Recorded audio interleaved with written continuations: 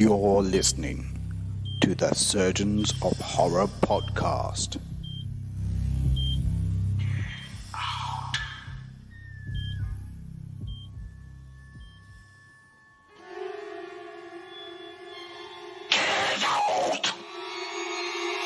Hello, welcome to the Surgeons of Horror podcast. Its purpose is to dissect and discuss horror films, both old and new. This current podcast, we're going to be looking at the Amityville Horror, which is celebrating 40 years since its cinematic release. So we've got to go and look at this. It's one of the biggest and most talked about horror films ever, let alone the actual real events that it was based on, which was the most kind of media focused horror hauntings ever put down, and probably the most known, at least in American folklore, in contemporary history, even though it's now 40 years after the fact. So it's a big thing, and the film itself made, as I said, a significant impact too. Before we get into that, probably should introduce myself. My name's Saul Muerte, and I'm your lead surgeon and host for the podcast. And I'm joined for this current episode by Oscar Jack. Welcome on board, Oscar. Get out! What? Very nice to be here. We'll get out once we're done. Yeah, that's it. Cue my quizzical Rod Steiger look off into the distance as I'm... What was that? Oh, it's hot in here. Gonna mop my brow. Welcome aboard, Oscar. Thank you for joining us on this, and welcome back as well for the podcast sessions. Absolute pleasure. Glad to be here. Glad to dig into this this film that is like very interestingly planted amongst kind of in 70s horror film and kind of going from 60s into the 80s, and it's really interesting, especially rewatching it back. I think there's lots to dig into. I agree, and I think I was saying to this about this to you offline as well. It's so rich and detailed, and I was watching documentary after documentary and behind the scenes interviews and stuff, and I was literally like falling down that rabbit hole and being really immersed in it, because it's a really fascinating subject. Partly, I think, mainly because it's based on history. These things, the paranormal events, has been debated, timeless, whether they're real or not. But even the events preceding the actual stuff that happened to the witches is fascinating in itself. And we'll touch on that in a second. But before we go into like the history of it, and then the interpretation that the film took of those historical facts. What do you remember when you first watched this movie? How long ago was it? When did you kind of first enter your sphere? I think my first entry into it was the 2005 remake with Ryan Reynolds in it. Yeah. Which was like kind of crime. I was middle of high school. It was like perfectly pitched. I was exactly the audience. Yeah. With my group of my cohorts all sitting down and screaming when a little girl stands at the edge of the bed, and I distinctly actually remember one of my friends. She had a big bowl of caramel popcorn, and in one of the moments she literally threw it. Oh my word! Classic. And it went everywhere. It was incredible. I didn't actually realize that was a real thing that happened. I thought that was a cliche in of itself. Yeah. And my friends couldn't look at the mirrors when they were going through their house. It was like it was that kind of thing. So I feel like I definitely dug a bit deeper at my local video store.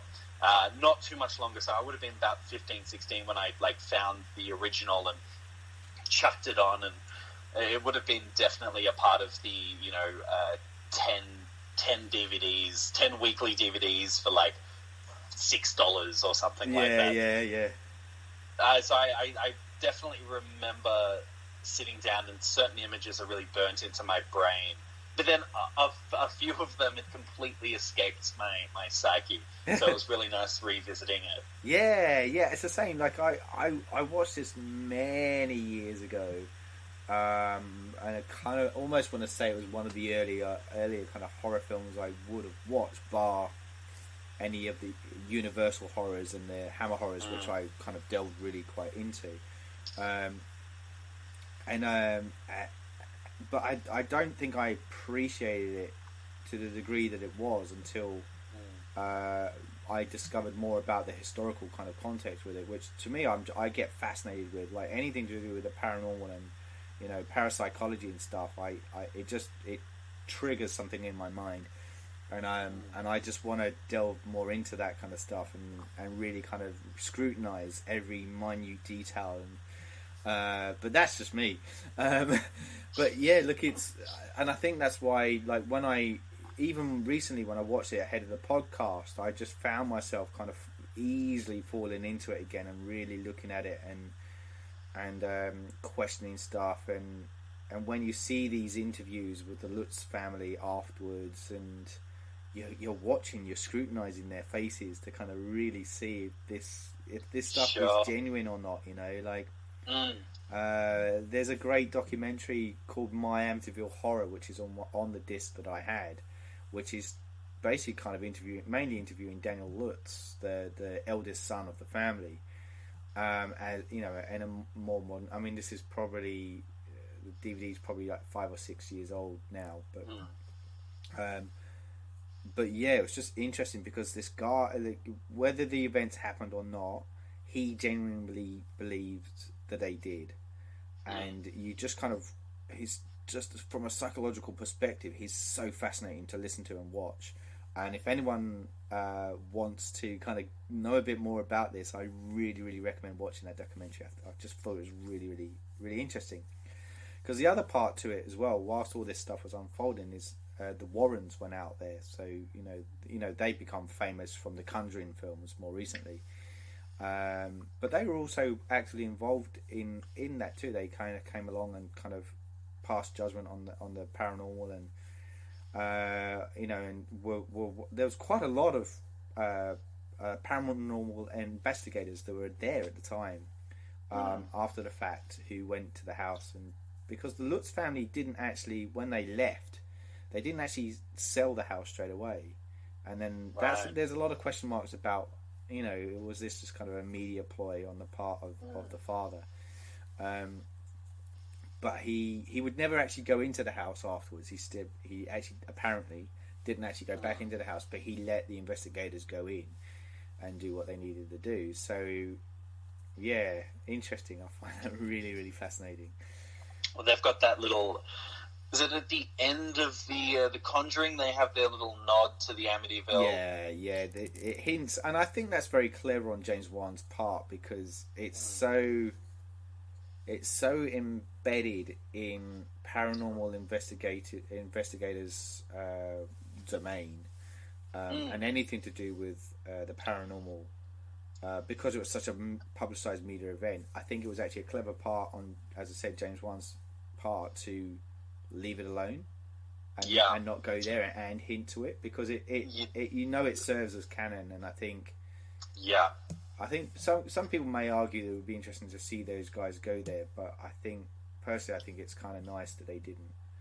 I mean, who knows? They may well still do it, you know? Hey, I mean, with the rate that they're pumping out Conjuring films, which is just pure insanity, but I really kind of love it. I love. It's like I don't know. I caught the John Wick 3. Oh yeah, jumping off the horror van for a moment. And, no, that's cool. And like sitting that and kind of looking at Conjuring, I was just kind of like, I could really do with like 8 John Wick movies. Like and kind of the same with the Conjuring films. I'm like, you know, that element of like the way that like the 80s did sequels. Yeah, where they just like I like having like a box set where they're like, fuck, they made 9 of these. You know? It's just kind of, it creates a really interesting, almost like a cross section of a tree. You know, you can see all of those rings, and Nice. it's kind of really interesting to dig in. And you know, there's dips and there's peaks, and there's you know, someone comes along and makes the 8th one the best one yet. Yeah, look, I'd have to lie if I said, because I was let down by The Nun.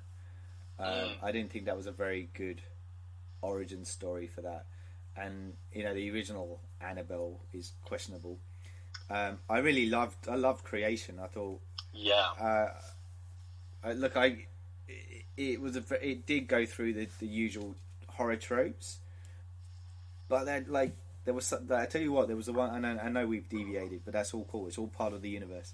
But there was one shot that they did, the director did, which was where the little girl's under the stairs.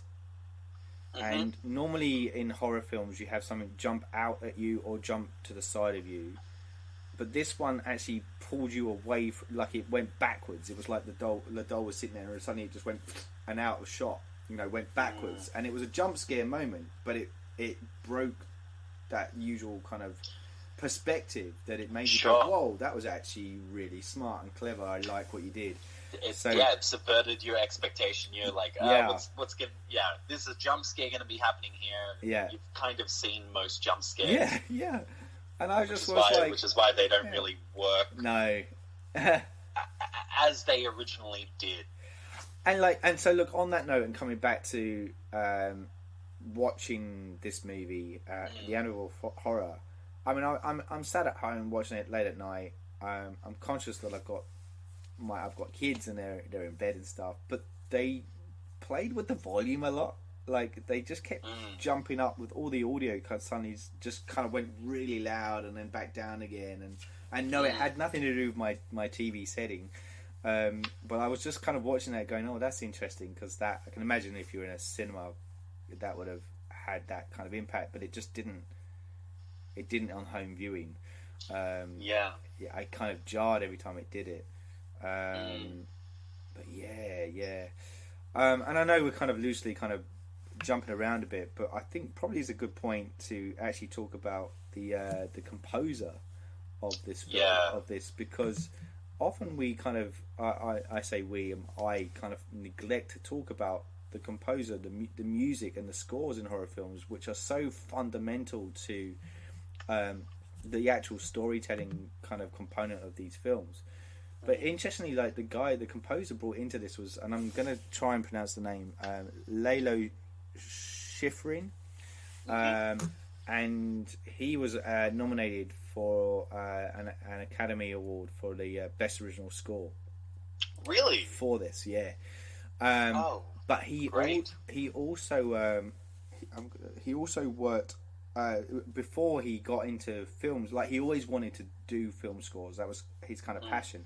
But before he did that, he collaborated with Dizzy Gillespie in the jazz scene for a while, and because he was living in Italy at the time, and they kind of crossed paths over in Italy, and then Dizzy invited him back to America to kind of tour with him and help with it, because he just really dug the composer work, the composition work of Lalo's, particularly in the jazz scene, as I said. So he came back, and in conversation, Dizzy said, "What do you want to do? And you know, what do you want to work on?" And he said, "I want to work in film scores." And he's like, "Well, that's easy. I can get you set up with that." And then, like, the rest is history, because he some of the stuff he worked on was Dirty Harry, Bullet, Enter the Dragon is in there, and am I mistaken that he also did the first and second Rush Hour? Oh, he may have done. I'll Google that while we're talking. I was looking through IMDb, and I'm quite sure that I saw those on there, which he may well have done. But like, just while I'm Googling that and I'm talking, because to me the big thing for me was that he did the theme to Mission Impossible. Right. Is this dude? So like he's you know, and like he's very avant-garde, and you know, as a lot of jazz composers are. In what he brought to the table, but like absolutely, guy was a genius, you know, with some of the stuff he worked on.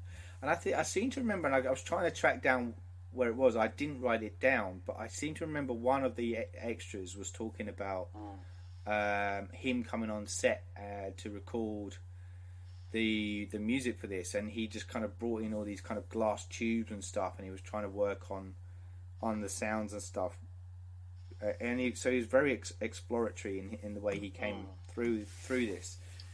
And I've been studying in my last year. I studied a bit of music composition, and he something that he entertained with for this particular film is something called the intervals in music. So it's a certain way that music's combined, that so it doesn't quite normally, like, you work on like the first and the fifth kind of note apart are marry with each other. So the intervals are the ones that are slightly out either side of those. So it kind of jars a little bit, and you don't ever have that in Catholic music or Christian music because it's forbidden. And so it became known as the devil's music. Right. And he deliberately played with that for the score for this, to really, heighten that, because it sounds odd. My first kind of when that theme first comes in the beginning, my kind of first reaction was like Rosemary's Baby kind of thing, this like lullaby-ish kind of eerie kind of stuff. And with you, I mean, saying that, I don't know whether this is just because you said he was Italian, but like giallo influence. Like, it's like, especially with the way that the rest of the movie is, it's you could almost transplant this and like stick it on like a Argento flick. Absolutely. Like, absolutely. It's definitely got that kind of that beautiful vibe. I'm such a fan of this score. Me too. I was so really, much fun. Yeah, it was so rich, and like, we were talking. I mean, I know it's become a bit again a bit of a horror trope, but having kids kind of sing in that kind of angelic fashion. But it was interesting to listen to his approach to it, because he said like, I didn't want them kind of really like sounded like a choir. I was trying to pull them back, so it was almost really soft and the way they're singing, and like when I re-listened to the opening again, and you're just like, oh god, that's so good. I do have this grand ambitions to kind of try and collect as many horror soundtracks as possible, because it's so rewarding and rich when you listen to these, and that's why I wanted to make a particular point of mentioning Lele, because I think this score among others is probably one of the best horror scores going. It's so good. Cool, and all that, and we still haven't talked about the plot yet. But hey, I think this is a thing. I started to really kind of love this film more and more. I felt like it really played a lot. But yeah, look, let's quickly look at some of the history behind this first, before we kind of look at where the film took us within the historical context. So as I said, like initially, like the house in question that the Lutzes move into was the scene of a mass murder. Like basically, it was 6 members of one family. The address is 112 Ocean Avenue. Very important. And it was a mass killing. 6 members of one family, all shot and killed. So mother and father, two daughters, 2 brothers, 2 sons. Sorry. And the person convicted of it was the remaining son, essentially the eldest son, whose name is Ronald DeFeo Jr. And he's basically serving 6 life sentences for that crime. He basically came out and said that he didn't do it, and then admitted that he did, but he was told to do it by voices in the house. So there's always been this kind of illusion that there's something kind of sinister about the house, and that he wasn't in control of his actions. supposedly, which you can either believe or not. But interestingly, like, so this was in 1974 that this happened. And wow, fast turnaround. Yeah, exactly, right. So the Lutzes moved in around 1975, so almost a year, just slightly over a year after the fact. They were aware of what had happened there. The person that sold the house to them disclosed that information to them. They which just like slicing into the film itself. Yeah. And we'll get there as we go, but I love that detail. Is that like we've seen what's happened here, but we don't know whether they know, and they know that it's happened all off screen. Yeah, they're rationalizing it in a really realistic way. I feel like, which is just like an element that I just love, because I was just expecting basically, I feel like this film itself has kind of brought so many cliches, but and that being one of them, oh, what's wrong with this place? Oh, people died here. It's like that's never something that happens. It's like the Luke, I am your father. It's like a zeitgeisty kind of amalgamation of how we remember an element from this piece of pop culture, but it's kind of done in a much classier, like good. It's just good writing. Yeah, I 100% agree with you there. It gave a sense of realism to their situation, because they're not so this is the weird thing, right? It makes out that they don't have a lot of money, and the reason that it's a huge house, it's a 3-story house with something like 14 rooms all up, something like that. I'm making that kind of up. That might not be correct, but because of what happened there, it's at a reduced cost, and it's at a cost that they can afford. So, and it's in a very wealthy area. So in Amityville, so it's an area that this family would not necessarily be able to afford, apparently. But what's interesting is that the guy, the George Lutz, is the father. It sounds like he had his own business. Yeah, and there's a boathouse on site, right? And when I was reading stuff about it, that was one of the reasons that he was interested in doing it, because he had 2 boats. Right. And I'm like, well, you can't be that hard done up if you've got not just 1 boat but 2. I think they only mentioned the 1 boat in the film. Yeah. Because he's like, oh, this will save me on and that's true. Costs. That's exactly right, and that's what apparently George Lutz said. Like he said, this it was one of the things that, and that he was fascinated with because he could save costs and docking costs. And I'm just like, I don't know. I might be ignorant, but to me, to own a boat, 1 boat, is not cheap. Let alone 2. But anyway, not that I'm going to say I'm judging the guy. I don't know. Who knows? It's just one of the things that made me go, oh, I find that a bit interesting.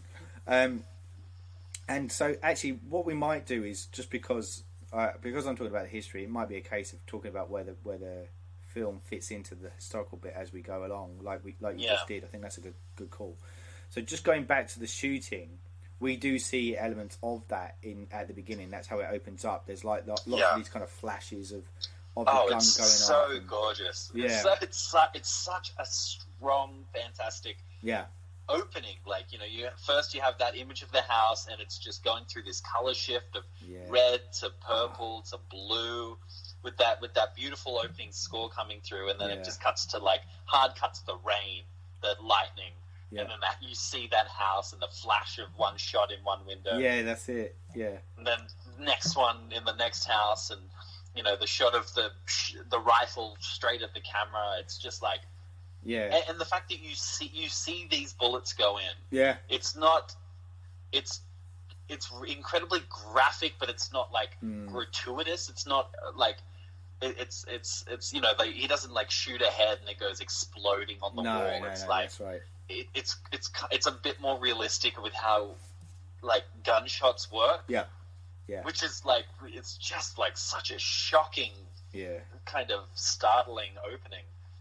It really is, and I thought it was really well handled. I thought, and I like, it was enough there to kind of hit hard, you know, and have that kind of strong impact, so that you kind of are a bit kind of taken aback at the beginning. And I thought that was I really loved the opening. I did have one quibble about it, and that's only because I knew some stuff about the facts around the actual shooting, right? Okay. And it's because, and this is what was, it's a shame they didn't dwell on it, because it's one of the most eerie things about what actually happened, because all 6 members of the family were lying on their stomach when they were shot. Right? And I know some people sleep in that position. Yeah. But it just had this thing, like, and also, like, so theoretically, like, if a guy's going around shooting up the house, that would surely wake at least one of them up. Bearing in mind it's a 3-story house. And yes, I think the killings happened to, like, the 2 daughters were killed on the same level as the mother and the father. And then the 2 boys were killed on the top floor, I think. But, and I may get that wrong again, because I think that might be the way the Lutz's family slept, so I may have got some of my facts muddled up there.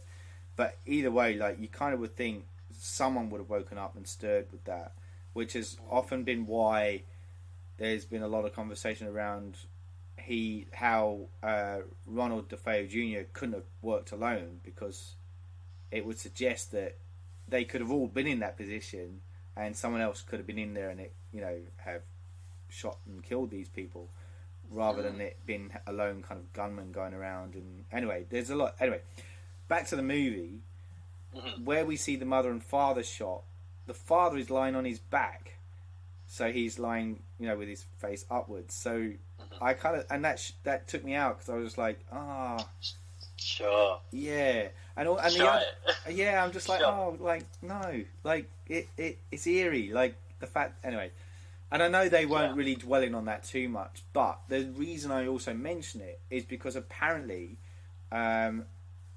according to George Lutz and Kathy Lutz, the mother and father, they all ended up starting to sleep in that position. Like, all the kids were all starting to sleep on their stomachs and stuff. And, you know, they could make that up, but if you, from a filmmaker's perspective, there's something a bit eerie about that.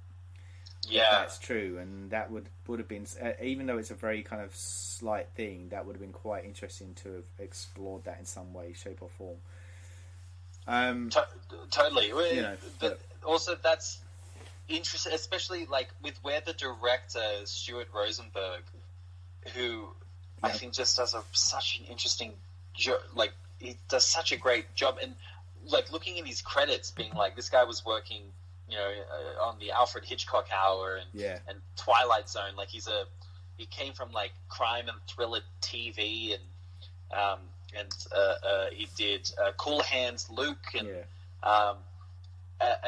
and definitely seeing that, like, this movie is a thriller. Yeah.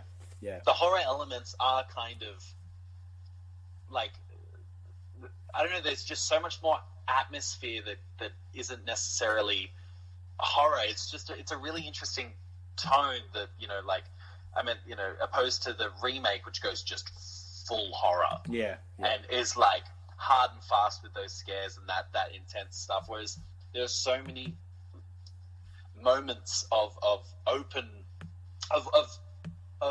like open and like just kind of happiness and joy. Like once we cut through there and we drop out of, like, we have no score, we kind of have no music, and we see them kind of going through. Margot Kidder, I just am absolutely in love with. In this movie, she's like some of my drawbacks with the film is that like the kids aren't really particularly focused on at all. And even George himself kind of gets sidelines apart, but Margot's just such a strong lead with this. Like,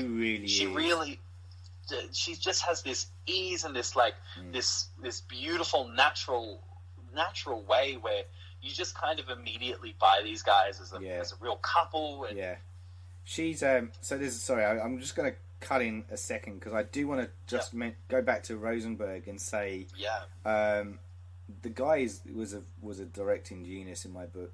Cool Hand Luke is one of my all-time favourite films, which might sound strange coming from somebody that's podcasting about horror, but I have to add, like, we do talk about horror films, but I'm a cinephile through and through. I love all shape and forms of the celluloid film and the industry that goes with it, and I just so happen I'm talking about horror in particular for these podcasts. Cool Hand Luke is an amazing film, and if you haven't watched it out there, I so recommend people go out there and watch it. You know, it's so well told. Paul Newman is beyond brilliant in that film, and I wasn't really aware that Rosenberg directed this film until I sat down just recently and his name popped up. I went, holy fuck, I didn't realise he did this. It makes sense because it's such a well crafted film. And it feels this film has a real classic feel about it. Yeah, it does. There is a real like late 50s, like early 60s. Yeah, it's baked in. It's baked into it. Yeah, it's less kind of because this is end of the 70s that it's coming out. Yeah, 1979. Yeah, it's definitely not like new wave Hollywood kind of stuff. It's like this is an experienced like filmmaker. Yeah. Of the kind of more classic sense of the word. Yes, 100%. Like James Brolin, the star in this as well, who plays George Lutz, once said about Rosenberg saying how he was very much an actor's director. You hear this kind of a lot sometimes. He said, like, and I think I'm not going to know the film off the top of my head, but he worked on prior to that, I want to say it was Capricorn 1, and I can't remember the director for that, but he was just talking about them in contrast to one another, and the director for that film was very technical minded in the way he went about things, and that's often the case with directors. It's hard to actually have someone that's bridges both, if that makes sense.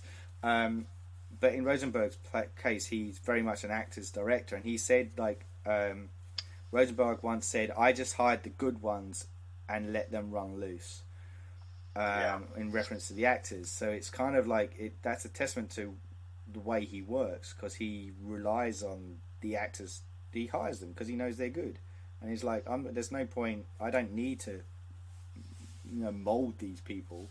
I trust in their talent to do that," and you can kind of see that happening in the film. Like, there's one point where Brolin said he felt like when he watched it back, he hammed it up too much, which is the bit where he's like, one of the many scenes, but I think it's towards the end where he's sitting in front of the fireplace and his hair's all wild, and he goes, "I'm losing control," and he said, "Yeah, I think I may have dialed that up a bit too much." But yeah, like I think that's kind of really kind of cool. But yeah, to go back to Margot Kidder, like, obviously for me, she's Lois Lane. Like, there's never been a Lois Lane apart from her. She was my Lois Lane growing up. And she was really likable in this film. Like, she's, like you said, incredibly warm, and you empathise with her more than anyone else in this journey. Yeah, that's where I think caring for, like, it's secondary, the kids to her. We care more about them because she cares about them. Yeah, that's right. Which carries so much of that emotional weight. Yeah. Well, like, it's because, like, when because Brolin, he becomes unhinged quite quickly. Yeah.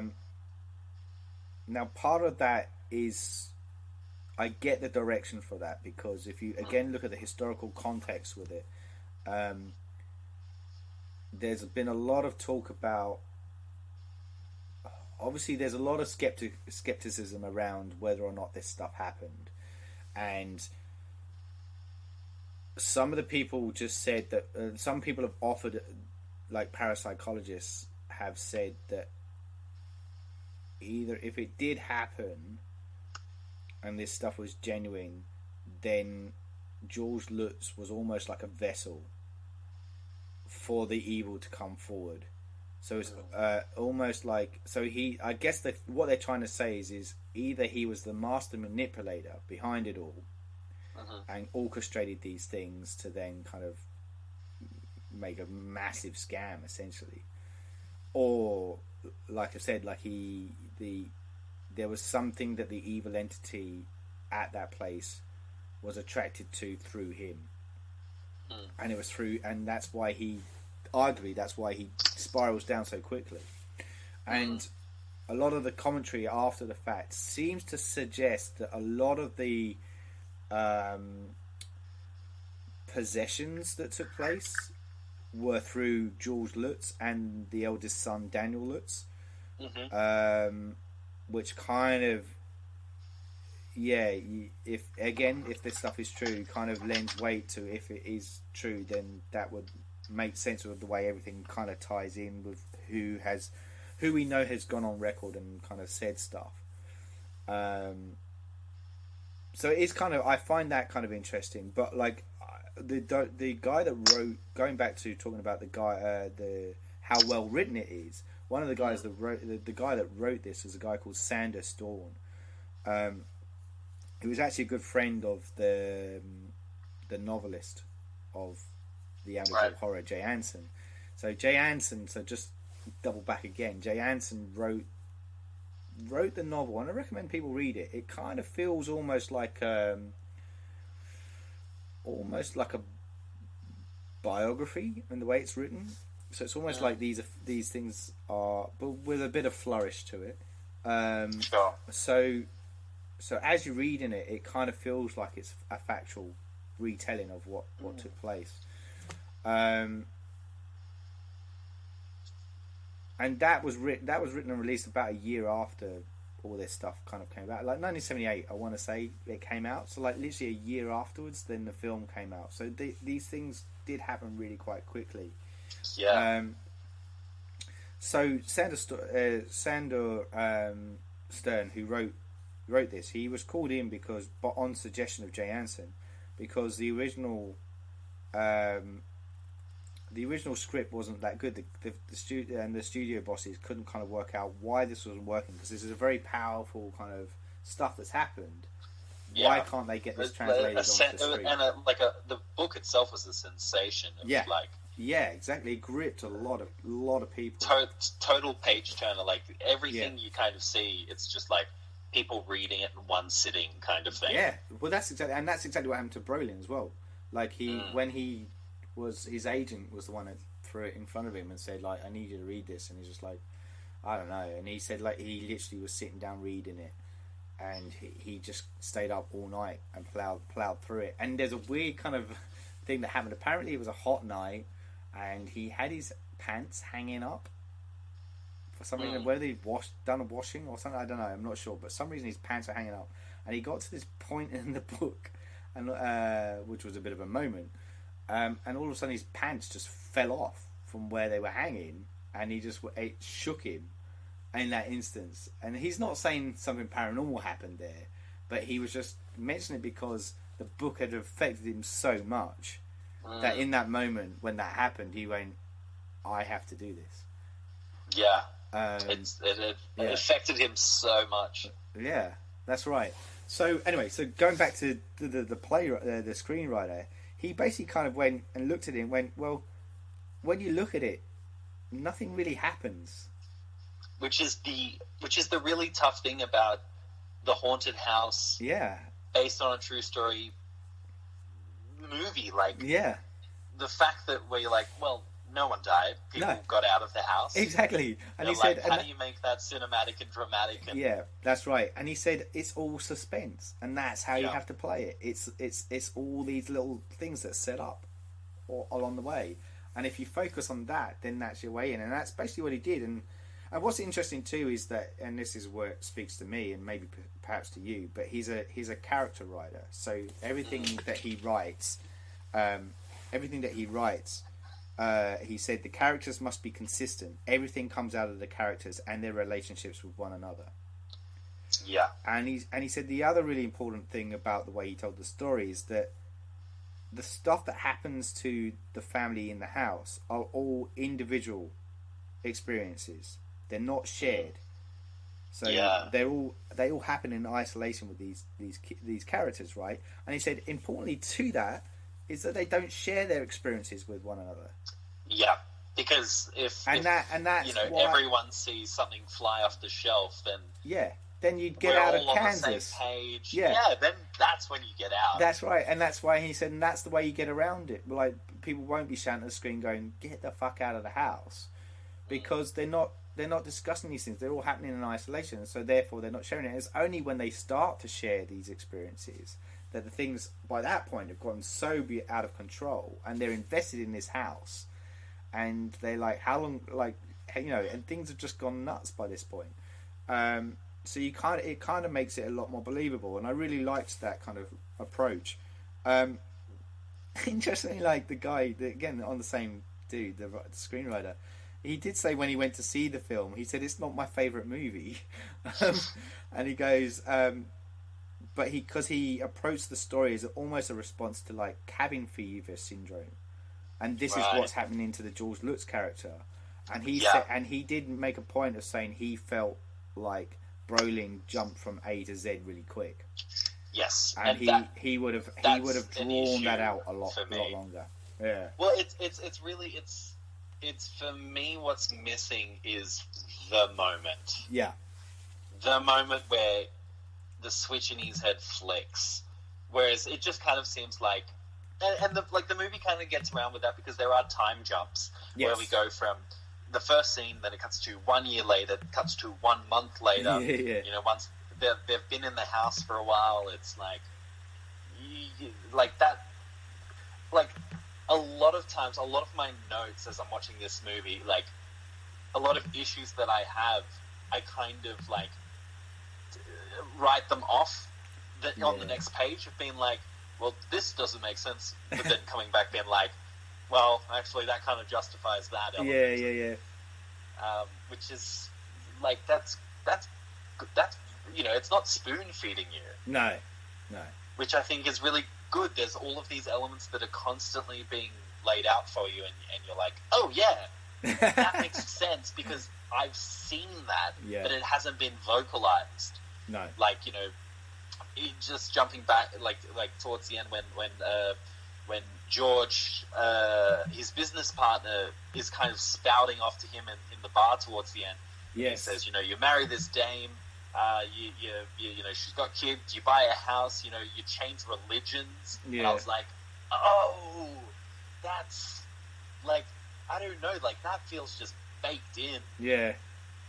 Which is, that's, like, for me, that one line of, like, you changed religions for her is, like, that's really good. Yeah. That's such a fun little thing. Otherwise, you know, like, a less deft writer would have that be, like, be so heavy-handed with that throughout. It's like him looking at a Bible, and he does look at the cross, but he says, they're unpacking. He says, where do you want to put this? Yeah. It's This is the interesting theory, and as well, because it does lay testament to the actual historical background to it. Because, and I didn't touch on this too, but he did marry into this family. So Kathy did have 3 kids from a previous relationship. He's married into it. She is of Catholic faith, and he is of Methodist faith. So, but interestingly too, when I watched it again, not to keep going on about it, but the Daniel Lutz doco that I was telling you about at the front, and he's telling you about this stuff, and he said like, for somebody that claimed that he wasn't into the occult, as in his stepfather, he had a lot of books about the occult in the house. So it's clearly an area that fascinated him. And he said that he kind of poured this. He'd gone in and he poured these books down, and there was some stuff in it, and he just found it really disturbing. And he went and spoke to his mum about it, and his mum just said, "You don't need to touch that. It doesn't concern you." And he articulated this back almost like he was an adult. So you kind of question him, well, when are you having that conversation with him? Anyway, but with his mum, sorry. But apparently he just kind of said, well, yeah, it is of my interest when you're the one that's invited this guy into our house as part of our family, and yet he has all this stuff here. You know, why, that if it's disturbing stuff, why does he have it? You know, so, again, it does throw a bit of shade in his stepfather's direction, but,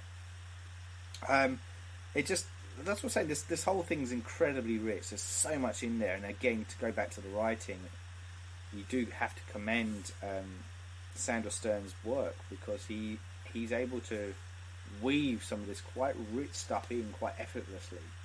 Yeah. And I think again that makes the film really does. And I often ask this at the end of the podcast, but I do feel like it does still stand strong today. It's a very strong film. And it has a lot to do with the script, the performance from the actors, and the direction that's undertaken. It's a very good marriage of the three. They really work. They work hand in hand. Yeah, and you can just see if any weakness in the script is kind of covered by the acting and the direction of the film. Like everything is kind of like as a really good film should. The weakness of each of those is covered by the strength of each other element. Yes. So look, I realise that I'm having such fun talking through this stuff, and I'm just looking at the time check, and I know that we're almost hitting 50 minutes, and we haven't kind of gone through the plot. So I'm thinking, rather than going through the plot, I might just what I'm going to do is I'm going to go through the actual events that occurred, and the historical events that occurred, and we'll kind of loosely talk about how we see that in the film. Because I think that's because we kind of get the gist of it. So just in a nutshell, before we go into the little bits, in a nutshell, so the Lutz family, as I said, moved into this place, and they are mother of 3 kids, 2 sons and a younger daughter, and George Lutz is married into this family, and they move in. They last a total of just 28 days in the house before they go and leave because of all the events that supposedly occur while they're there. I do find it interesting that it's 28 days, purely because of 28 days later, the film, which makes me think, is that a nod to the fact that they spent 28 days in hell? I don't know. I could be completely wrong with that. I think that's a fun line to kind of go down.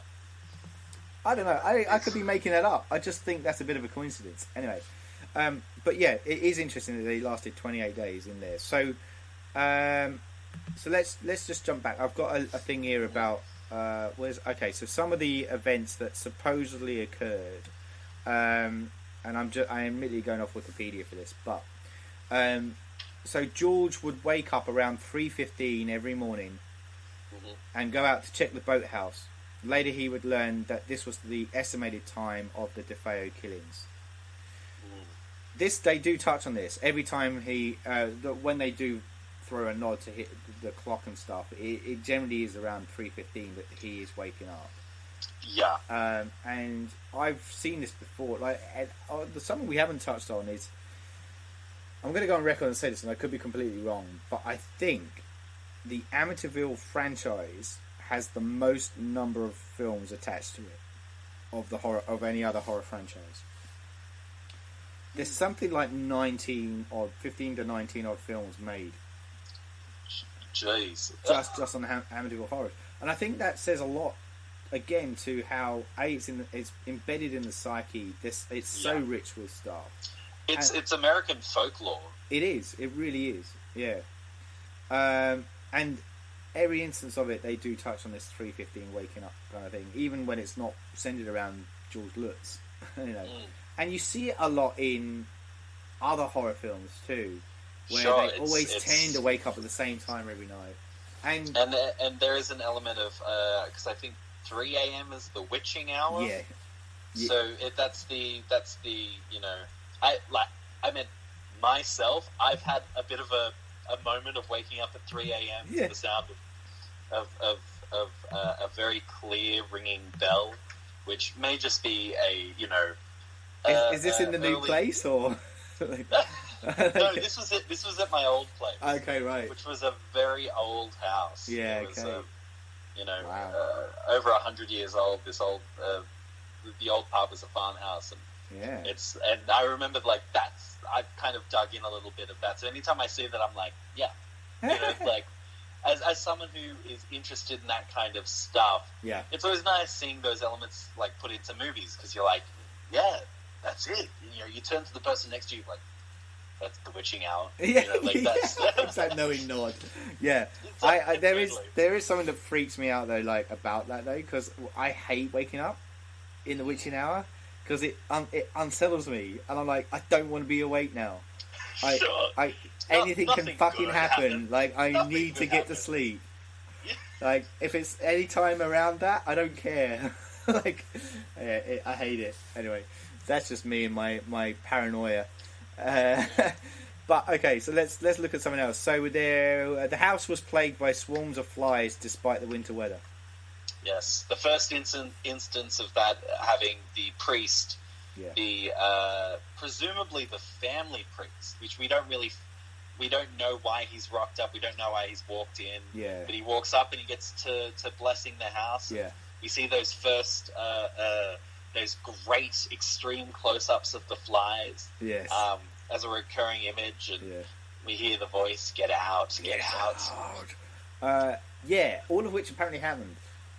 So, which is interesting, because and so we can't. I briefly mentioned him at the beginning, but Rod Steiger is the other big player in this, and like he's, you know, even like Mino Pellucci, who played one of the kids in it, did say like they were made incredibly aware that Rod Steiger was an important actor on set, even though he kind of kept himself very separate from everyone. And I did find that interesting too. A lot of his scenes are very separate from the family. I want to say I don't remember them sharing on-screen time together. It's always over the phone in conversation. Yeah. There's just the one bit where she every time she tries to talk to him, it just goes to static. Yeah, that's right. He's never able to communicate anything. No. To just kind of like pass on the message of like, get out of there. Yeah, like, just because he it seems that any holy figure, him or her auntie, who is a nun, like literally none of them can stand to be in this place. They become sick. They literally are pushed out the door. Yeah. Which I find interesting in itself, like just looking at that as a subject alone, just what that means about the entity and it's so opposed to any kind of religious kind of presence being in there, but to have that kind of power to inflict, I was going to say bubonic plague, but like, you know, sure, yeah. I mean, it you know, they get the stigmata, they get, you know, like the blistering on the palm of the hands. Yeah, it's really biblical stuff that is being acted on them, and I found that a really interesting take. In reality, like when we look at the historical kind of component to it, there's apparently the priest. He was a member of the you know, he ran the parish of which they were there. Kathy was insistent that the place got blessed before they moved in, so he just coincidentally was free on the day that they moved in, but he was a busy guy and he didn't have a very strong time, you know, amount of time there, and apparently just prior to that, he was with some friends for lunch, and they were also priests, and they kind of mentioned to him, you know, that's the DeFeo kind of house where all those shootings took place, and they all kind of had this unsettling thing, and he himself said he was hesitant to go. There was something kind of almost like he felt like he shouldn't go to this place, but he felt that he should, and then he went, and he supposedly heard the words "get out," and then he left, and he did confirm that he had these blisterings on his hands that occurred as well after the fact. But he wasn't there that long because he had to meet up with his mum for dinner. Like, he'd been invited to his mum's house for dinner, and he turned up to his mum's house, and the mum basically said, "You look sick, are you okay?" And he said, "Yeah, I do feel a bit under the weather." And he went into the bathroom, and he had like black circles around the bottom of his eyes, and he tried to wash them off, but nothing was happening, and like he couldn't understand it. So he said there was some, apparently he allegedly said that weird stuff did occur. They play on it in the movie, obviously, by having this whole kind of backstory with him talking to other priests about getting, you know, someone over there to kind of, you know, do an exorcism or you know, get the family out here. And Rod Steiger, man, he hands it up, couldn't fuck for those, you know, those moments. The priest v priest battle royale with him fighting the others is just it's very fun. It's very, you know, so, you know, like, someone in my parish needs help. That's it. Yeah, I mean, all he needs is, you know, Max von Sydow, you know, just rocking up in his hat. Like, that's all he needs. Is a little backup, exorcist backup, and the whole thing for him is just a mental breakdown. Yes. You know, they say, you know, you should go on vacation with, like, you know, they just think he's completely lost it. And then he ends up losing, you know, a bit more than the plot with, you know, the images of cracking statues and in his sight. And he ends up looking like Death from, you know, the Seventh Seal. Yeah, that's right. With his big black hood, it's oh, that's right, and he gets blinded as well in this. Like, so they really take it to the extreme with this guy's character. You know, blinded by his trying to stop this paranormal entity from destroying this family. I mean, it's all great, good fodder to kind of consume and watch and stuff. I do want to mention though that the opposing priest, the one that's kind of blocking his path, is played by Murray Hamilton. Now, he's a familiar figure in films because he played Mr. Robinson in The Graduate, and probably most known for playing Mayor Larry Vaughn in the Jaws film. Right. So the guy that kind of basically goes, we got to keep the beaches open, and you know. Talk about typecasting. I know, huh? I know. That's it. Yeah, but I kind of, as soon as I saw him come out, I went, "Oh my god, that's the sheriff dude from Jaws." And that's set in Amity. Yes, exactly. Jaws, yeah. Amity. That's exactly right. Yeah. Oh, that's a great double feature. And we come full circle. Yeah. Cool.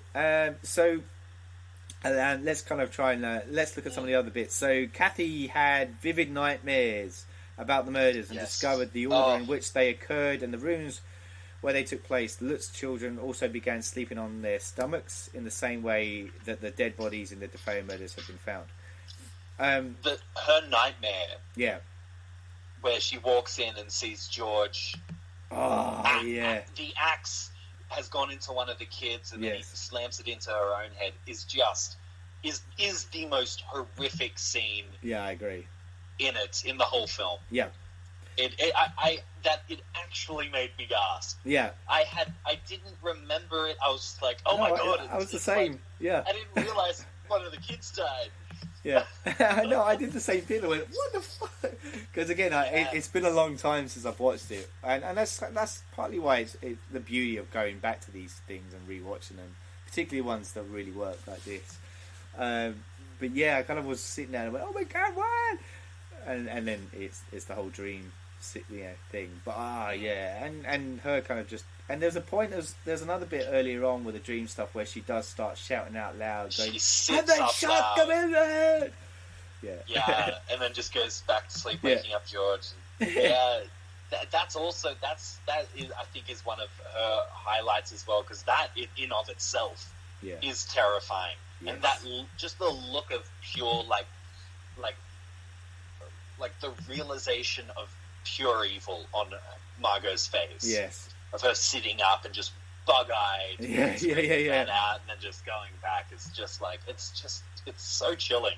Oh yeah, absolutely. And again, like Margot's so good in this film, and I know we've mentioned that, but she's just proving her acting. I mean, yes, she's just come off the back of Superman too, so she's definitely in the limelight at this point too, and probably wants to prove a point that she can kind of play this stuff.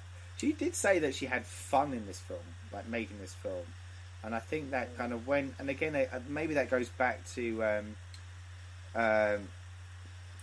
Rosenberg's handling of his actors, to let them have fun and kind of explore their character and kind of let loose, as he said. And I think maybe that's what's coming through in the way Kidder's performance is portrayed. So the other thing is, interestingly, keeping on touch with Kathy though, is apparently like. She would feel a sensation as if being embraced in a loving manner by an unseen force. That doesn't get touched on in the film at all. No, and that is in of itself, that's a terrifying image. Yeah. The juxtaposition of it's like in a film with a great villain. Yeah. It's not scary when they're screaming at you. It's scary when they're caring for you. Well, this is and the they're thing. Sweet. So, and apparently, or allegedly, I should say, the male members of the household had very different experiences from the female members of the household in the house. The males were tended to have a lot of aggressive stuff happening to them. Aching point with a hand getting shut with the kid. That actually happened apparently, and they couldn't prise the thing open. Whereas the women of the house weren't. They were almost enticed, as if the presence wanted them to stay in the house. Yeah. And we see that with the kid, the girl, the daughter, because she's the one that allegedly befriends the Jodie character. Oh God. Sitting in her own little rocking chair across from the empty rocking chair, rocking back and forth. Yeah, which I have to say at this point too is that, and I'm jumping around a bit on the stuff that supposedly happened, but apparently this imaginary person was called Jodie, which they kind of stick to, but it's described as so her imaginary friend. Is described as a demonic pig-like creature with glowing red eyes. Oh wow! Right, which the only inkling we get is when George he sees this pig-like figure, and that's that's what shows like this film. You know, it's based on the book. It's got all of his folklore kind of stuff going. It's got he's able to do that and just. Like, it's such a rich story that he's drawing from. Yeah. Which is where you feel so much of that depth. It's where, you know, a weaker film wouldn't have any of that depth. And you'd be like, that doesn't make sense. This one, it just, you kind of feel the floor, the foundation of it. Exactly. And it's like, what am I trying to say? It would be, on paper, it would sound absurd. Yeah. And even in the film, when it happens, you kind of go, "What the fuck?" Yeah, they've got Razorbacks on the second level. You're like, "What? Was that a pig?" But interesting again to talk about the doco with Daniel Lutz that I mentioned again. He actually is the one that witnessed it. He's apparently, from his point of view, he actually saw through the window a demonic pig-looking figure, and he says he has very strong memories of seeing this thing. And I'm going to touch on something else as well. I'm going to deviate slightly from the list, because he also said that he believed that his stepfather had the power of telekinesis and can actually move objects with his mind. And he said he witnessed it happen, which again kind of makes you go, well, okay, if he supposedly had that power, was he then pulling the strings in the house and making things happen, right? Well, I mean, that's a story that that's a movie I want to see. So, like that aside, kind of like whether you believe in telekinesis in itself just takes you in a completely different direction. And psychologists, have kind of looked at that and said, you've got to look at the fact that this is a 10-year-old kid, and he's supposedly witnessing stuff that's happening in this house, which could have arguably been orchestrated by his parents. And then the movie comes out not long afterwards, and some of this stuff could have resonated in his mind too. He would have only been like 11 or 12 at the time. So how much is that actually fact, and how much of it is fiction that is resonating in his mind, that he believes these things actually happened? That's not for us to answer on this podcast. I'm just throwing that in as a little bit of an interesting side note to the mental stability of what could potentially have been going on in the house. Okay, so George discovered a small hidden room around 4 feet by 5 feet behind the shelving in the basement. The walls were painted red, and the room did not appear in the blueprints in the house. The room came to be known as the Red Room. This room had a profound effect on their dog Harry, who refused to go near it and cowered as if sensing something ominous. So this is the they touch on this in the movie where he goes down into the basement and they have the couple go down and they start to break down his business partner and the wife or the girl or his girlfriend. Yeah. And this is an element where as you're watching through it, the first thing, because I completely forgot, I was like, what's wrong with this house? Like, why is it evil? And the first thing they throw out, it's like a witchcraft, some guy, a Satanist from Salem, moved down, and I was like, oh, okay, so it's like witchcraft and all that. And it was like, oh, that was land from the Native American tribe, and they put all of their crazy people there, and there's dead people buried here, and you're like, oh, and that's one of my moments where I'm like, oh, well, that's just convoluted. Like, that's an extra level where you don't really need it, but then you get to that, and they break down the door, and she's like, oh, it's a gate to hell. I was like, okay, that justifies the other thing. That's right. Of course, all of these things are going to be drawn to this space. And, that's right. And actually, that when they break through that door, that's when I feel like there's an extra shot of adrenaline.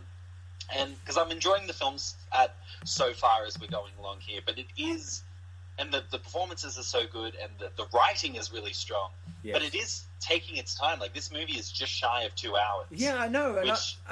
And on that, I kind of because I remember when I was initially, I think was going to watch it, I was like, oh, it'll probably be an hour and a half, and I looked at the running time and I went, oh, it's 2 hours. Oh, okay. I don't remember it being that long. Which isn't like. No. Is kind of odd for a horror film, what you particularly, for what you suspect of this, what you expect of this kind of film. Yeah. But like, it's still enjoyable. But yeah, once they break that down and the girlfriend gets possessed and is like spouting off the history of this space and that's going wild and. Like she's having she first tries to open it, then George takes it, and he finishes opening it. It's just this kind of like frantic, manic moment where you're like, oh, where a whole bunch of characters are experiencing one thing altogether, and they all kind of see it, but they're also, George is so far down the line where he's being affected, and as a protagonist, as like a shared protagonist slash villain. Yeah. It's an interesting thing because he's the one who first starts looking this stuff up. He finds out about the history and he's aware that something strange is happening in the house, but he seems to be completely unaware of its effect on him. Yeah. Yeah. He's seeing all of the external stuff, but he's not aware of the fact that he's like becoming aggressive and kind of staring off into the distance and being, saying very kind of like loaded things that are kind of threatening. And, which is a strange handover because, the wife will end up kind of carrying that over, but it's kind of two separate researching elements where you could see that if this film was maybe to be more streamlined, that would just be one of them. Which would cut maybe like 20 minutes. Yeah. You'd combine that, but I think it works. It doesn't feel like a streamlined horror film. It feels like it's kind of a bit higher than that. Yeah, I agree. Yeah. And it definitely doesn't feel like the 2 hours like when you're watching it. It does suck you in and pull you in on that journey. And I'm just a massive sidetrack because I'm just thinking of James Brolin. Firstly, how good looking was James Brolin, man? Like, oh man, he starts with the Bee Gees haircut. He just looks fresh from an album cover. I know, huh? But one of the funniest moments is the bit where he's chopping wood in the backyard and the mate turns up, and he does that whole kind of throws the axe and it perfectly embeds itself into a tree trunk. But it's the look he gives his mate straight afterwards. It's like, yeah, I did that. And you're just like, dude, the guy's unhinged. That's hilarious. And I cracked up at that point. I thought it was great. Okay, so. All right, let's have a look at what else was supposedly in the mix. So, okay, so there were cold spots and odours of perfume and excrement in areas of the house where no wind drafts or piping would explain the source. They do kind of briefly mention about the house being cold. Essentially, it's him. Yeah. Essentially, is the one that goes. He's always quite cold, and she has a few moments where the realtor at the beginning, there's drafting points where she has to gather her papers. Yeah. It's just this little moment, or Margot Kidder smells something in the kitchen, which seems to pass. Yeah, and we kind of like they're not dwelled on. It's just kind of part. It's part of the tapestry. Yeah. Yeah, which it could get a kind of honky if it was like if these became important plot points. Yes, and that's not the thing. Yeah, you're exactly right, because it's enough there to kind of just add to the like you said, the overall tapestry that's being laid out in front of us to solidify these things that are happening, and they could easily be. As you said, dwelled on too greatly and become. You can imagine it as like a current feature would go. Oh, we're gonna have this big moment where they kind of remark on the fact that there's these cold spells that are happening and whatnot. But it doesn't. They're like little. It peppers throughout the whole film, which is really nicely done. It is character focused. It really is. It really is. It's not the supernatural driving it. It's these characters and what they're doing. Yeah, that's right. Okay, so in the early morning hours of Christmas Day 1975, George looked up at the house after checking on the boathouse and saw Jodie standing behind Missy at her bedroom window. When he ran up to her room, he found her fast asleep with her small rocking chair slowly back and forth. That rocking chair thing. Yes. Creepy ass. They don't mention I don't think it. I think the whole babysitter scene as well is a bit. Like the scene is a bit made up. Where she gets shut in the closet and. Oh yeah, and that's also one of the big horror set pieces. And I think it's really affecting. The she's got the cat whisker braces on. And... Yes. Yeah, I know. God, that was a heart back. I was like, oh my God, that's right. My cousin had one of those things. Bless her. Far out. How far we've come with I know, dental surgery. That's right. Okay, and then we also have George would wake up. George would wake up to the sound on the front door slamming. He would race downstairs to find the dog sleeping soundly at the front door. Nobody else heard the sound, although it was loud enough to wake the house. He would also hear what was described as a marching band turning up, or what sounded like a clock radio playing not quite on frequency. When he went downstairs, the noise would cease. None of that really. They don't really touch on that. I mean, he does a lot of like stuff waking up and hearing stuff. He'd go out and outside a lot, wouldn't he? And kind of meander around outside. This is interesting though. George realised that he bore a strong resemblance to Ronald Defoe Jr. And began drinking at the Witch's Brew, the bar where Defoe was once a regular customer. The place was called the Witch's Brew? Yeah, it actually wasn't. Yeah, it was. I can't find my notes here, but it was actually, the actual place was something else. Okay. I'm fine with that. That's the moment, because we have the detective. Yeah.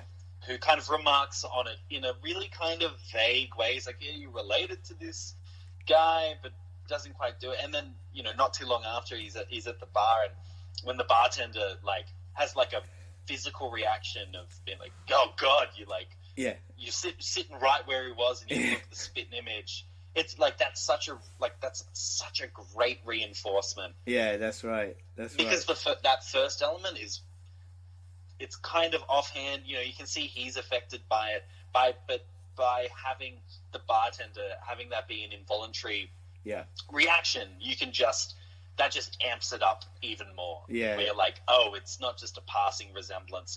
There's like parallels, like things are lining up in a unsettling way. Yeah, that's right. So there's a couple of things I want to just add on that too. So James Brolin, apparently he during the filming would actually deliberately stay up late, or if not all the way through the night, to kind of have that real jaded look when he was on set. And he apparently also went to bars and honed in on guys that looked dishevelled and kind of broken as they're propping up the bar, and kind of looked at the way they would sitting, and he often went and had conversations with them to kind of listen to their tales, and this kind of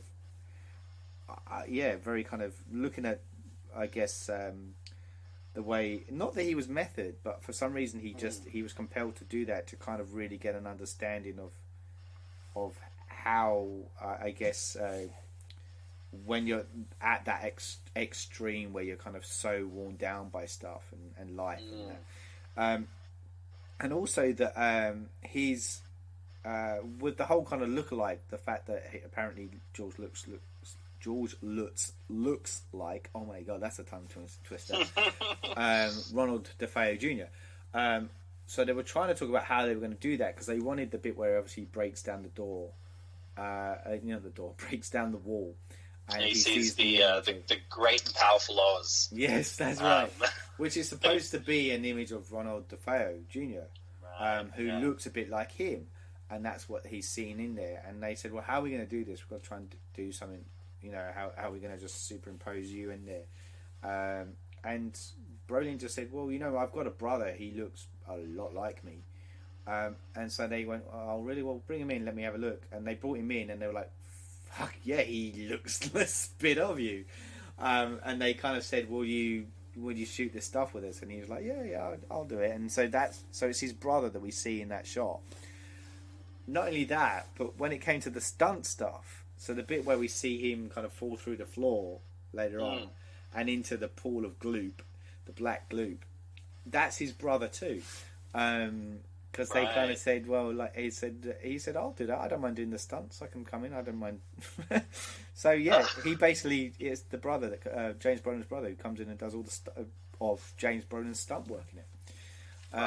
which is kind of cool because they kind of did look a bit like each other. So whenever you see Lutz in Black Gloop, that's James Brolin's brother.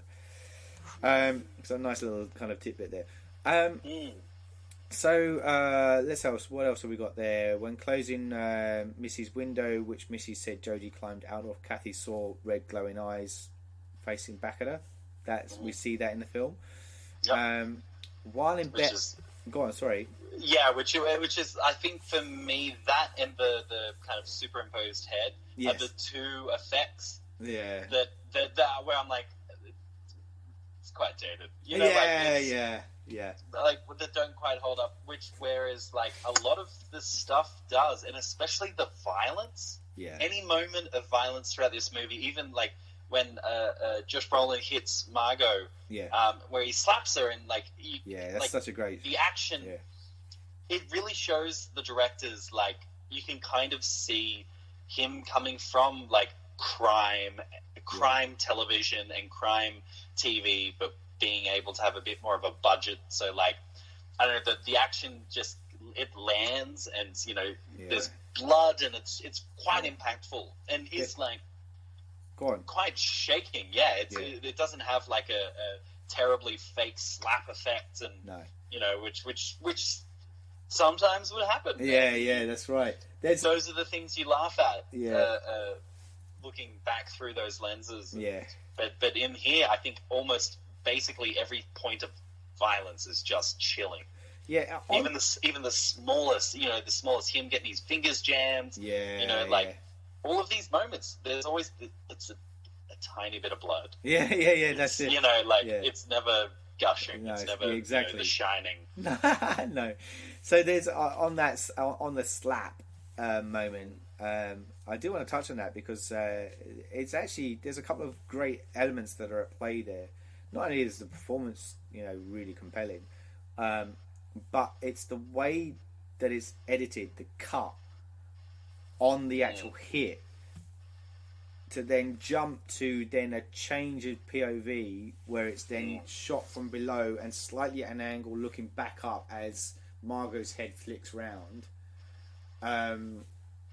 Just does enough to jar you at the same point to really land that impact, and you feel that moment as well. This guy has shot a lot of punches. Like a lot of punches. You can just see it. He knows how to shoot that kind of violence. Absolutely. It was just framed so nicely, and as I said, the editing of it just really landed. And I thought that at the time, I was like, wow, that was actually really well put together. Okay, so what else? While in bed, Kathy received red welts on her chest caused by an unseen force and was levitated 2 feet in the air. We don't see that. There are locks, doors, and windows in the house were damaged by an unseen force. Not really played on.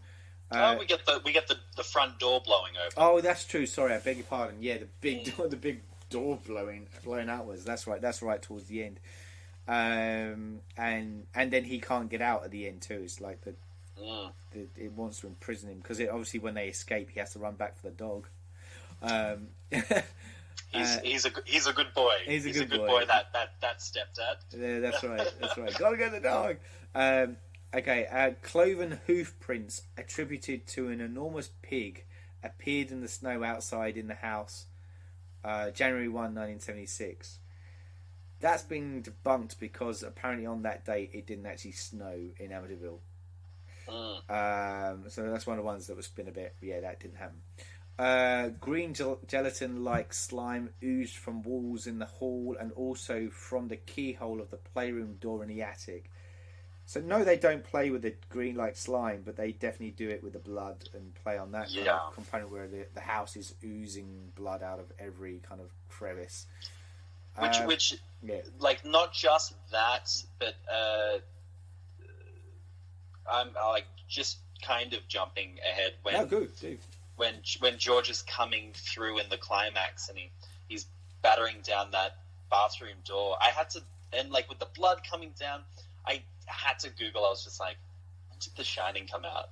and it's the next year. Yeah, yeah. And like the film itself, and I know the book was probably like strong in the zeitgeist itself, and I know it was quite popular itself, but like it was just kind of, it was really interesting being like, oh, this. I had assumed, I was like, oh, this is just, this moment's straight up ripping off the Shining. Yeah. But no one can lay that claim, like that specific kind of claim onto it. Yeah, exactly. There are some things that you just take for granted, that you think that that's where it's come from, and that's why I do love going back and revisiting these films, because it does. You kind of go, oh wow. Anthony Yee, who's often one of our fellow podcasters here, actually watched Aliens before Alien, as his journey into that, and he was obviously blown away by Aliens. And when he then came out to watch Alien, he went, oh, okay, so that was already something that was a thing, that was already embedded in the journey of Alien, of the Alien franchise, that Cameron then used to his credit in a really good, in a powerful and effective way. But it was interesting hearing Ant's version of that, and it's similar to this. Like we're saying now, there are elements in movies like this that you just presume came or was lifted from like the likes of The Shining, and no, not to be the case. There is, looking back at the list, so a 12-inch crucifix hung in the living room by Kathy revolved until it was upside down and gave off a sour smell. So we do that, and he even uses it, doesn't he? Looks at the end, towards the end, is using it. Yeah, to try and they try and go around and bless the house themselves. Yeah, and it flies out of his hand onto the ground. That's right. She starts getting burns and yeah. This is on the last night, which is like, there is this little framing device where we have these titles of jumps. Yes.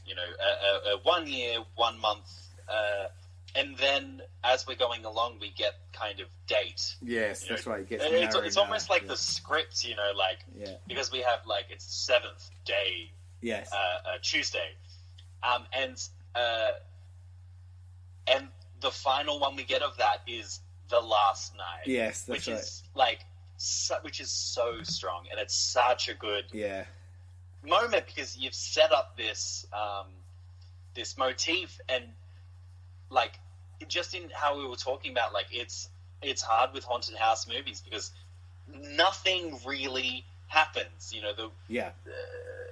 Like, no one dies, but like, it's all tension, and that is just like a bowling ball of tension. Yeah. That just tightens you all up when you're like, oh my god, this is where it all happens. That's right, and again, it's credit to the screenwriter as well. I mean, it's you're narrowing that gap down deliberately, and it becomes faster paced. The tension starts ranching up towards the end as well. That's what you want. You want to be given that kind of heightened sense of tension going on, and up in the states of the craziness and batshit stuff that's starting to happen inside the house when they do that. Apparently, also the bit where George trips over this 4-foot-high China line ornament actually did occur, and he did apparently find bite marks on his ankles. Says here, later this line would reappear in the living room after George had moved it back upstairs into the sewing room, as in the China line. Right. So it's this kind of movement of stuff in the house. I mean, they didn't touch on the latter part of that, but they did touch on him kind of tripping over it and kind of looking like he's got this scratch marks and blood on his leg. Having an intense interior design impulse to roll out the carpet and set everything up. Yeah, that's it. She comes down and he's just almost at peak. Yeah. Crazy. Yeah, he is. That's the point where he said, again, to go back, where Brolin said, "I think I may have overdone it there." That's the bit we're talking about. George saw Kathy transformed into an old woman of 90, the hair wild, a shocking white, the face a mass of wrinkles and ugly lines, and saliva dripping from the toothless mouth. We do not necessarily to that degree, but we do see her look aged at one point towards the end, and there's a bit where Margot's looking into the camera, isn't she? Looking into the mirror, and can see that she's physically looking a lot older and dishevelled. Well, and when he comes up, when he's battering down the door and the kids are inside and she kind of grabs him, he goes to hold it up, and that's what he sees is her lying on the ground with this looking elderly and looking strange, and she's able to roll out of the way as he slams it down, and that's when the spell kind of breaks, and he just sees his wife crumpled on the ground. Kathy. That's right. There's two more things here. So Missy would sing, so that's the daughter, would sing constantly while in her room. Whenever she left the room, she would stop singing, and upon returning, she would resume singing where she left off. So basically saying there that the only time she sang was in her room, but it was almost like she was possessed when she went in there. So whenever she left, she would almost stop like mid song, and the moment she walked straight back in the room, it's almost like she had never left. She would pick up exactly that same point of the song and carry on. They didn't really touch on that. I mean, she did sing a bit. She did the talking to herself and singing stuff, but they didn't. Really she was doing the moment where the babysitter's locked in where she's locked in the closet, and we just keep on getting all of these wide shots of the little girl, and her face is just completely blacked out by shadows. Yes, she really does become quite that is quite terrifying. Yes, and especially the babysitter's like you can just see she's got bloody knuckles that she's banging on. Yeah. Like the fact that she's in there for presumably a few hours until the family get home. It's just that's just I think a really nice little set piece, especially because it's left. Yeah, it's not. It doesn't have its own kind of. The peak is her being locked, and then she's just this whimpering mess on the inside. Yeah. When they find her, which I think is such a stronger, more resonating horror scene than if she was to break out and go running out screaming. It's more disturbing.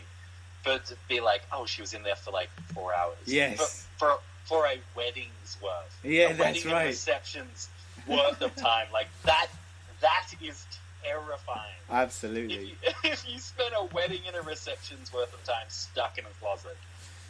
Oh, yeah, no, exactly. Jesus, no wonder her knuckles were bleeding. Yeah. So just the last thing I'm going to say, because on this note, and I realised I just took a look at the time check too. We're an hour and a half into this thing. I really don't want to cut anything out of this, so I do apologise to podcast listeners, but it just shows how in depth this is, and how you can see how animated Oscar and I are talking as we're talking about this, and the impact that this movie has had. Is such a cracking film. But the last kind of thing is that it says here, on one occasion, Kathy heard what sounded like a window being opened and closed through the sewing room door, even though she was sure no one was in there. And the reason I mention that is because apparently the sewing room is where there was a lot of hive of activity that occurred. And when Lorraine Warren did her paranormal investigation with her partner Ed, when she walked into the sewing room, she had a strong impact to that, she felt the presence in that room, and she said this has a very negative association within this room, and she believed that that's where all the central point of basically where all the bad shit was happening. She said it stems from within here.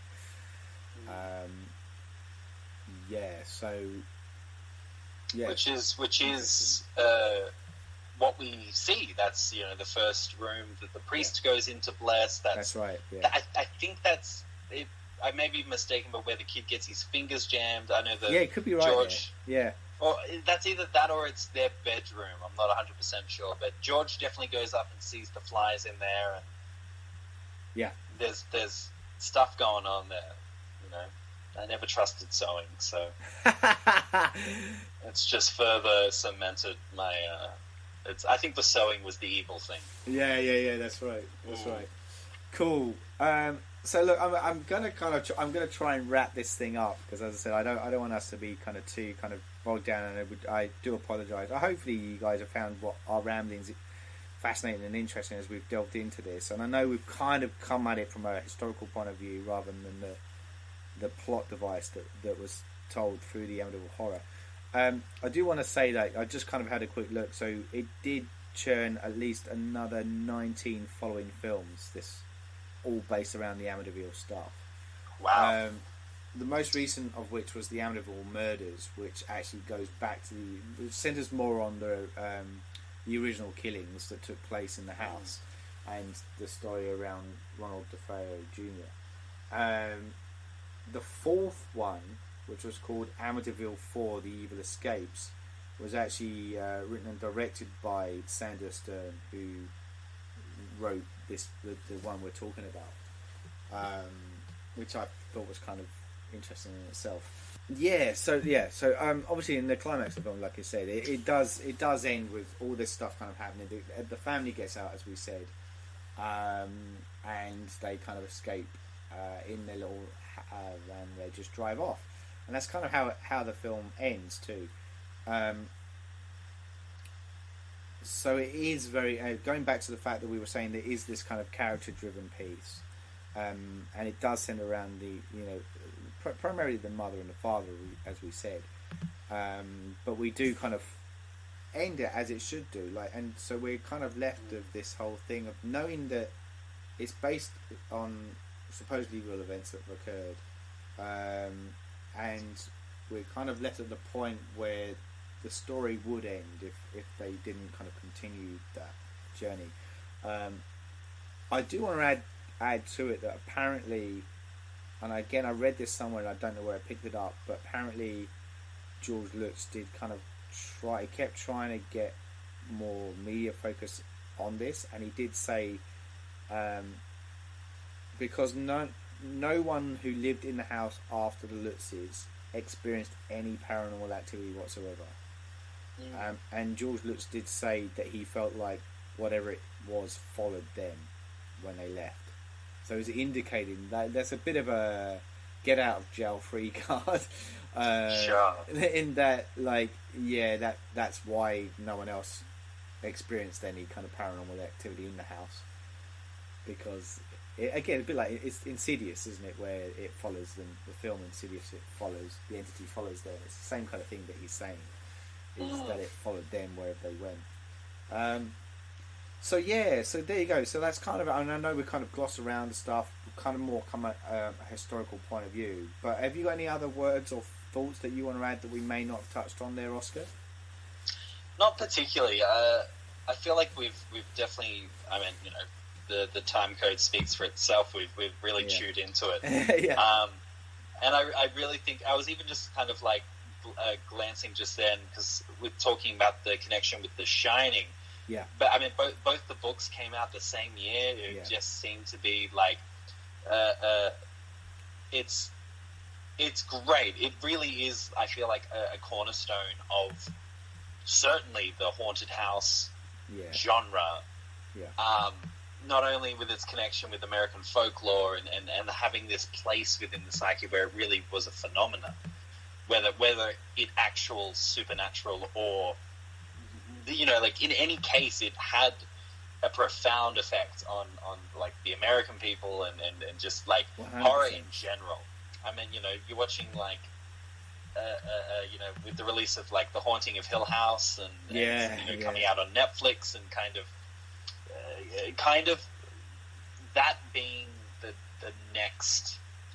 And probably the freshest take on the Haunted House movie, which is a very tired, like, particularly uninspired, like, horror genre, like, subgenre, I think. It can be kind of hokey, and I think like Amityville, The Shining, but like those are really strong entries into not just that genre, but in horror in general. And it really it's worth looking at. I think it for the most part it really does hold up with fantastic performances.